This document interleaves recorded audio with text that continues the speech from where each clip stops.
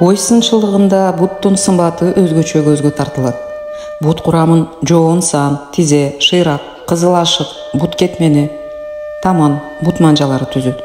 Бойдун узун кыскалыгын буттун кандайлыгы белгилейт.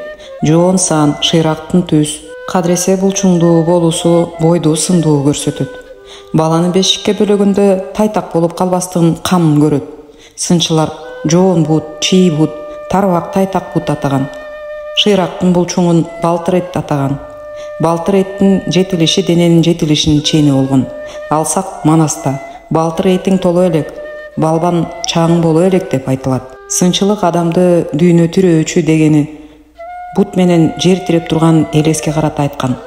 Бутунан турду, бут коёр жер деген сөз айкаштарында бут тек басуу жана милдети, бут басар кол табар гана болуп калбай, кадресе бут жашоого тирек, турмушту жылдыруучу маанисин туюнталган.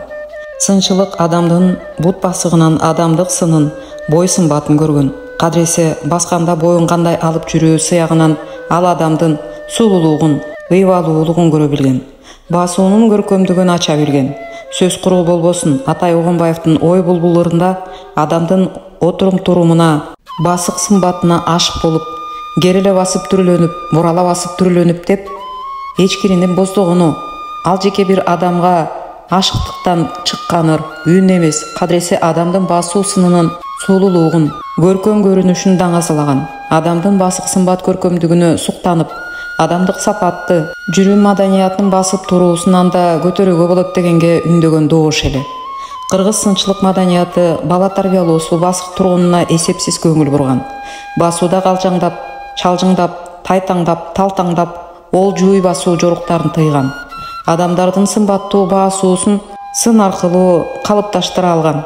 Чалкалап басуу, чоюлуп, керилип, эңкейип басуу, түз басуусунан ал адамдын мүнөзүн көрө билген.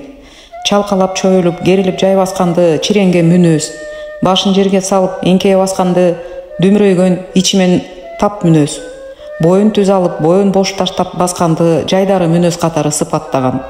Ал басык темпине карай арымдуу, арыштуу, басыктуу, шуулдаган, тепеңдеген, бүжүрөгөн, жүртмөчтөгөн деген басык сынын айтып, басып келе жаткан адамдын басык темпине карай анын бой сымбатын, эмне жумуш бүтүрөөрүн, кандай ойдо жүргөнүн, мисалы шаша басып, желе жүгүрүп келе жаткан адамдын ашыгыс жумушу бар экенин баамдап турган.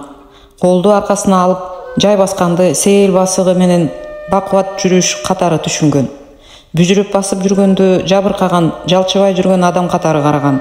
Бутун сүйрөп басканды бош басар атап, бош басардын колунан жалчытымды иш келбейт деген сынды айткан. Адамдын чыйрак боштугун басык сыягынан сынга толтурган.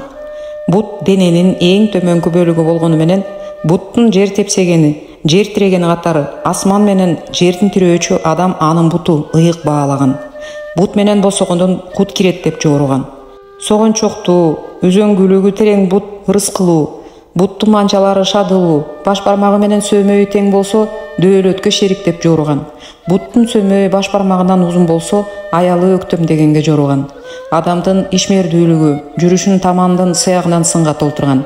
Таман үзөңгүлүгү терең, буту шыңга шоодурап турган таманды жез таман, жел таман атап, басаак, басса талыкпас, жүрүмү шамдагай адам кыраакы болотко жорugан. Ал таманы түз эттүү болсо майпар, май таман атаган. Мындай тамандуулар жалкоо, жол жүрүүмү басыгы жок, кыраакы келишпейт дегенге жорugан. Колунда жок, дайыма жөө жалаң жүргөндү кара таман атаган. Сынчылар кара таманды аштын күчү тамагында, жөөнүн күчү таманында деп тыянактаган. Төрөбөс аялды куу согончок атаган. Үзүнгөлүгүндө калы болсо жакшылыктуу кал дегенге жоруйт. Таманы кычышса сапарга аттанат деп жорugан. Бут кийимди көмкөрөсүнөн таштабайт. Өлгөн адамдын бут кийимин көмкөрө коюлат. Бутту арымы, таманы өлчөм болуп, арым эки бутту кериле таштап басуу аралыгы бир арым болгон. Таман буттун таманынан узундугу бир таман өлчөм болгон. Кармыштай Енмакелек Өмүрбай уулу, Кыргыз сынчылык жана көчөт маданияты.